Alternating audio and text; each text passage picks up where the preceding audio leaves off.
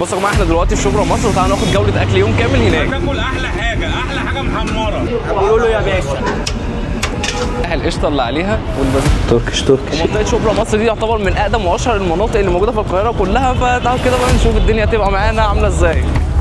طاجن عكاوي من عند بيب، احلى طاجن في مصر. واللي ورايا بقى ده اشهر مسجد في شبرا وهو مسجد الخزنداره، اقدم مسجد اتبنى شبرا مصر كلها. احنا دلوقتي بقى في شارع شبرا، والشارع ده يعتبر برده من اشهر الشوارع اللي موجوده في شبرا، وهو شارع خلوصي.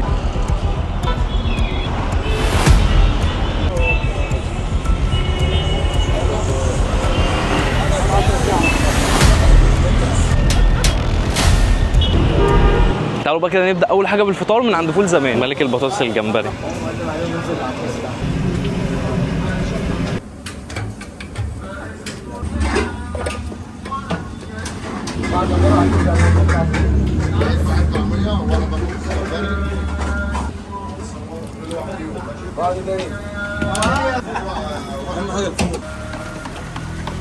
قول لي بتعمل ايه دلوقتي؟ ده ساندوتش طعميه سلطه وطحينه بس. زمان سندوتشات فول زمان بشارع شوكانين شبرا مصر. مدينة ترامب وايران.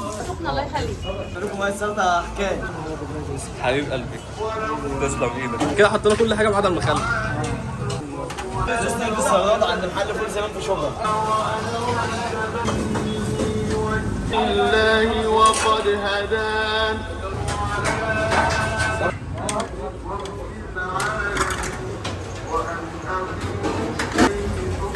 ما شاء الله عندكم تنوع كبير في السلطات كلها.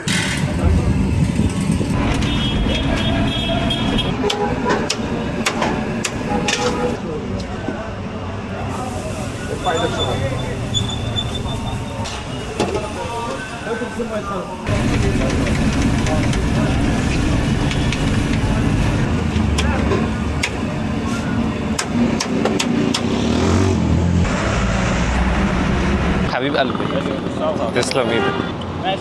بص بقى، طعميه كيري وطعميه محشيه وسلطه خضراء جرجير. ده ما شاء الله في السلطات حاجات كتير جدا. بطاطس، دي البطاطس العاديه، دي الجمبري. كاتبين انتوا سلطة تحفة حاجة على الرايق. يعني بصوا كده كل حاجه نزلت يعتبر ما عدا الفول. تعالوا بقى كده نبدا اول حاجه بالبطاطس العاديه، نسخن كده لحد ما طبق الفول يجي. البطاطس تبقى غرقانه بهارات. دي جامده قوي. بطاطس عليها ملح وعليها كمان بهارات اللي هي تحس اللي هي بهارات الجبن او تحسها بهارات الفشار.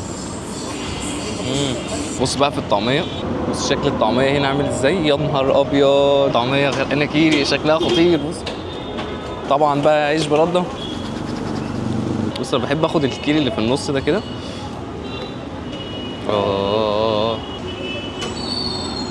بص هي الكيري دي سايحه قوي جامده، بس دي الكيري اللي هي الكيري السبريد، مش الكيري اللي هي الجاهزه. بص بقى دي كده الطعميه. رجاله جبنا الفول في الاخر. حبيب قلبي تسلم ايدك. دي الطعميه المحشيه، بتحسها طعميه بسطرمه قوي. الفول نزل، فتعالوا كده بقى ناكل فول. بص بقى تعالوا كده نقلب الفول. الفول بيبقى مخدوم جدا. واحده كمان الفول رائع. عايز اقول لكم الفول حرفيا كانك عامله في البيت. تعال بقى على البطاطس الجمبري، بص شكلها عامل ازاي. تحفه، بعشقها بطاطس الجمبري. ويندوز رهيبه. بص تعالوا نعمل بقى ساندوتش المركب. بتجيب العيش برده كده وبتدخل اللقمه في اللقمه اللي هو ايه، بحيث تبقى كده. تحط بقى الطعميه وتحط عليه بتنجان. انت ممكن بقى تحط عليه بصل، ممكن تحط عليه سلطه زي ما انت عايز. اخر حاجه بقى نختم بيها وهي ميه السلطه. كده بقى احنا خلصنا فطار. تعالوا بقى نقعد كده على قهوه بلدي، نشرب كوبايه شاي كده نحبس بيها، وبعد كده بقى نشوف هنعمل ايه. بصوا بقى في الفطار احنا دفعنا 100 جنيه على كل الاكل اللي انتوا شفتوه. كوبايه شاي في ال50 بقى، يبقى لازم قهوه بلدي شعبي قديم.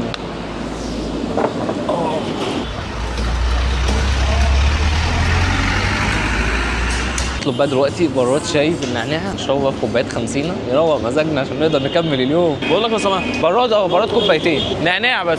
نحبس بقى بكوبايه شاي. كل حاجه قلتها لهم تقريبا عملوا عكسها. قلت له عايزها في الميزو، جايب لي كوبايه كبيره. قلت له عايز براد، جايب لي كوبايه ما جابهاش براد. يا عم ماشي، الناس الكبيره دي برضه ايه، الواحد مش عايز يخبط معاهم. حبسنا بقى كده خلاص بكوبايه شاي. تعالوا بقى كده نروح نصلي الظهر في اشهر مسجد هنا في شبرا.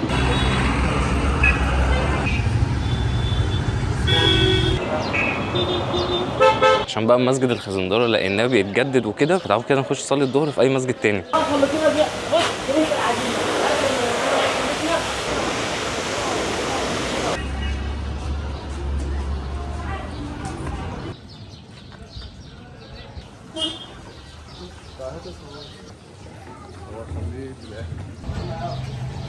احنا كده خلصنا صلاه، فتعالوا نحلي من حمد الاسكندراني. احنا ماشيين برضو في شارع شبرا خطير. بصوا بقى انتوا، حمد الاسكندراني ليه فرعين، هتلاقوا فرع في شارع شبرا وفرع في شارع خلوصي. انا على طول الصراحه بروح الفرع اللي هو اللي في شارع خلوصي ده. دلوقتي بقى كده قعدنا في حمد الاسكندراني، وهم طبعا عندهم تنوع كبير في المنيو، فاحنا هنطلب حاجه واحده بس اللي احنا كنا جربناها قبل كده، وهي البليله بتاعت حمد الاسكندراني. دي يعتبر اشهر حاجه عنده اصلا. بص عايز البليله وظبطها بقى، احط فيها كل حاجه. شكرا حبيب قلبي. ده بقى كده المنيو بتاعهم.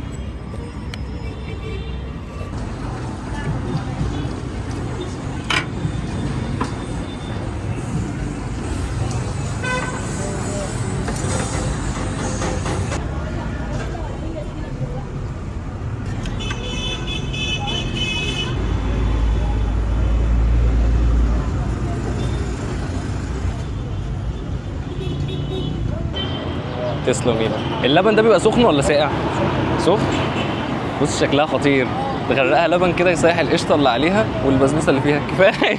بص بقى دي فيها بليله وشعريه ولبن وكاجو وقشطه وبسبوسه، وفيها كمان موز وفراوله. انت لك تتخيل بقى الميكس ده كله مع بعضه عامل ازاي. بيبقى عليها كمان سكر.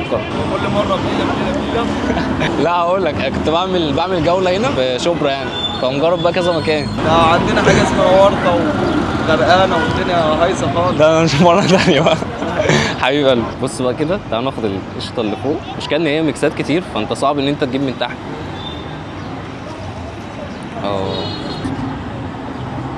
رهيبه. الحليب السخن اللي بينزل عليه في الاخر بيسيح القشطه كده، تحسه بيظبط الدنيا كلها. هي دي كنافه، ده عليها كنافه مش شعريه.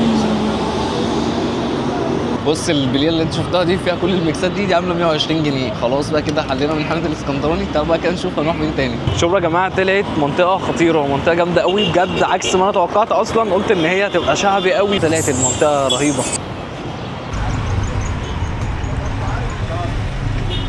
ده يعتبر اضيق شارع في شبرا كلها.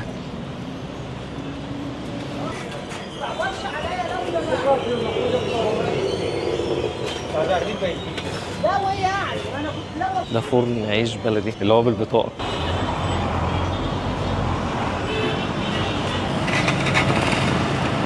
كل اهل المنطقة اصلا بساط، ناس كويسة جدا. بعد ما تمشينا في شوارع شبرا طبعا جعانين، فتعالوا بقى كده نتغدى من عند اشهر مكان فيها، وهو طواجن بيبو او مطعم بيبو. رايحين شارع شبرا.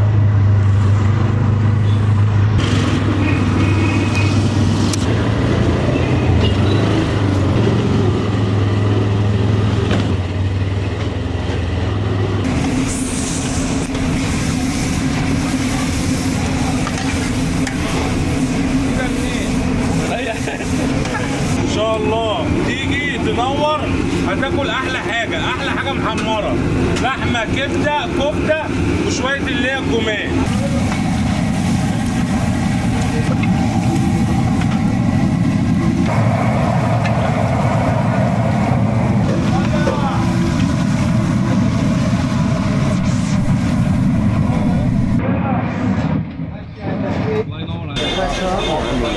ايوه شبح، ايوه شبح. الشغل ده رايح فين ده؟ حبيبي بيبو صليت على النبي النهارده؟ صليت على النبي حبيبي. ايوه. بصوا يا جماعه، احنا دلوقتي جينا عشان نجرب طواجن بيبو ونشوف هيطلع حلو ولا وحش، عشان لو وحش هنقول وحش. نورنا حبيبي. بتعمل له بتاع صورت معاه. حبيبي بيبو واحد بس. ايه فرع مصر الجديده ولا؟ ها؟ احنا هنا جيبوا واحد بس. بص انا عايز طاجن عكاوي بالورق عنب. عندي ورق عنب ساده، عندي ورق عنب بالكوارع. عكاوي بالبصل والبطاطس، خليها عكاوي بالبصل. ده احلى طاجن عكاوي من عندي بيبو. حبيبي احلى طاجن في مصر. حبيبي ودوق بقى وقول لي. الناس هنا يا جدعان كلهم زي العسل، فتعالوا كده بقى نجرب الطاجن، نشوف بقى يطلع حلو ولا وحش ولا ايه الكلام. هو سخن.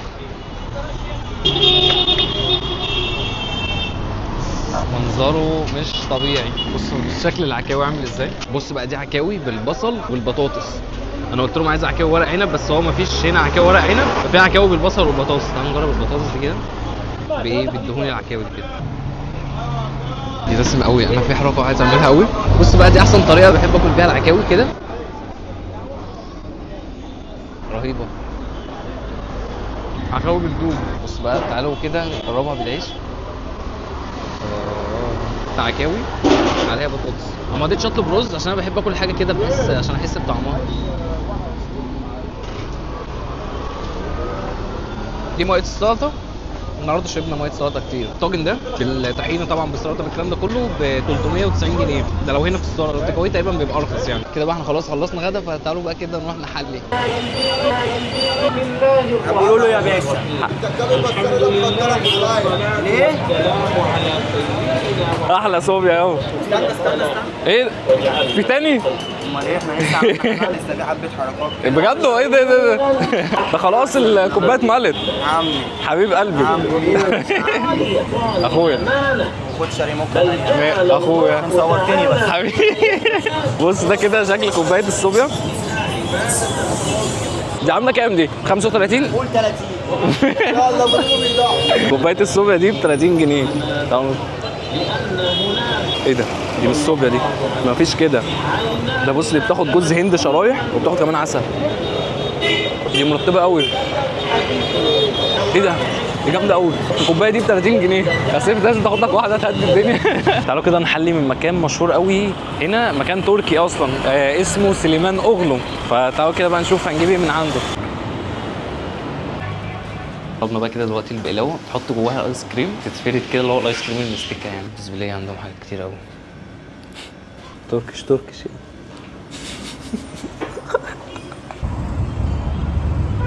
بص بقى ده كده شكلها. ضيافه من المكان. بص ده كده بقى شكل البقلاوه. بص بقى بتبقى البقلاوه محشيه فستق، فوقيها ايس كريم مستكه، فوقيها بقى البقلاوه تاني وعليها برضو ايه فستق. بص بقى ناخد بقلاوه بايس كريم مستكه بفستق بكل حاجه كده. الايس كريم اللي قايل له عليه ايس كريم مستكه بس هو ما جابش مستكه، جايب ايس كريم حليب. بس هو جامد الصراحه، الايس كريم حليب جامد. البقلاوه ذات نفسها فيها شربات كتير، فهو ده اللي عامل السكر كله. نزلوا لنا كمان دول ضيافه من المكان. انا بس عايز اشوف سعرها عامل كام، انا لحد دلوقتي ما اعرفش سعرها كام. كنت جربتها قبل كده في الشيف براك، كانت عامله تقريبا 700 800 جنيه، فعايز اشوف سعرها هنا عامل كام. خلصنا بقى كده تحليه، فتعالوا كده بقى نروح نتعشى من عند اشهر حد في شبرا مصر وهو كبده مرسيدس. البقلاوه بقى دي بالايس كريم عملت 120 جنيه. شايف سعرها حلو. في العشاء بقى نتعشى من عند فتحي مرسيدس. انتوا بقالكم كام سنه هنا في المكان؟ احنا من سنه 80. من سنه 80، بقالكم 46 سنه ما شاء الله. اكتر حاجه مشهورين بيها ايه؟ الكبده والسجق. الكبده والسجق.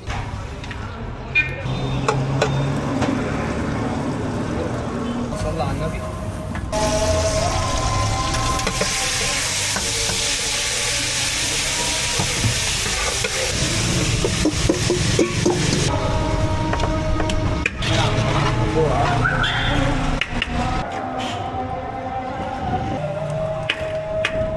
معاك 3 سجق جريل يا ابراهيم.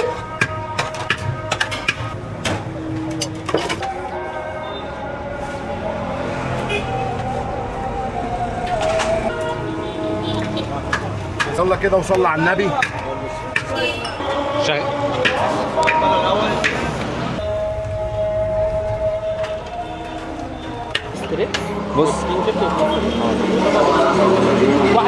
بص بقى هم عندهم قاعده جوه عندهم هنا، ففضلت صراحه اكل وانا واقف. بص بقى اشهر حاجه عندهم وهي الكبده والسجق، فاحنا جبنا بقى سندوتشات كبده وسندوتشات سجق. تبقى واقف بقى تشوف كده جنبك السجق والكبده هما بيتعملوا. الله ينور عليك. طلبنا بقى كمان مخلل وميه سلطه اللي هي بتنزل كده. دي تقريبا دي اول ميه سلطه اشوفها في الكوبايات دي. على طول الكوبايات دي بتاعت الميه.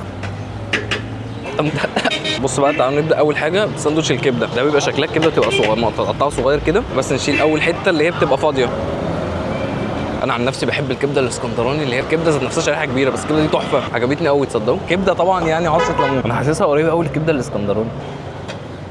بص تعالوا بقى كده نجرب السجق. السجق بقى هنا معمول بطريقه مختلفه شويه، عاملينه في الطاسه لوحده كده من غير اي حاجه. ده هنا معمول بفلفل وطماطم وبصل، تحسه اسكندراني شويه. تعالوا ندوق. بسم الله. السجق هنا طعمه مختلف عن اي مكان تاني هتجرب فيه السجق برضه، بس انا بالنسبه لي الحلو قوي الطماطم والبصل والحاجات المعموله بيها، بس بالنسبه لي الكبده احلى. بقول لك الساندوتش عامل كام؟ بص ساندوتش سواء الكبده او السجق الفينو الواحد ب 10 جنيه، حلو جدا كده بقى. خلاص خلصنا عشاء وقضينا جوله يوم كامل كده يعتبر في شبرا، الصراحه اكلات رهيبه واسعار برضه جامده جدا. وبس كده يا جماعه، دي كانت جوله كامله كده في شبرا مصر. الصراحه الجوله رهيبه، فطرنا اتغدينا اتعشينا حلينا عملنا كل حاجه. شبرا الصراحه من احسن الاماكن، يعتبر من اكتر الاماكن اللي حبيتها لما نزلتها، الاسعار فيها خطيره. وبس كده يا جماعه، ما تنسوش بقى تعملوا لايك للفيديو وتعملوا بقى سبسكرايب للقناه. وبس كده يا جماعه، كان معاكم جو ناصر، سلام.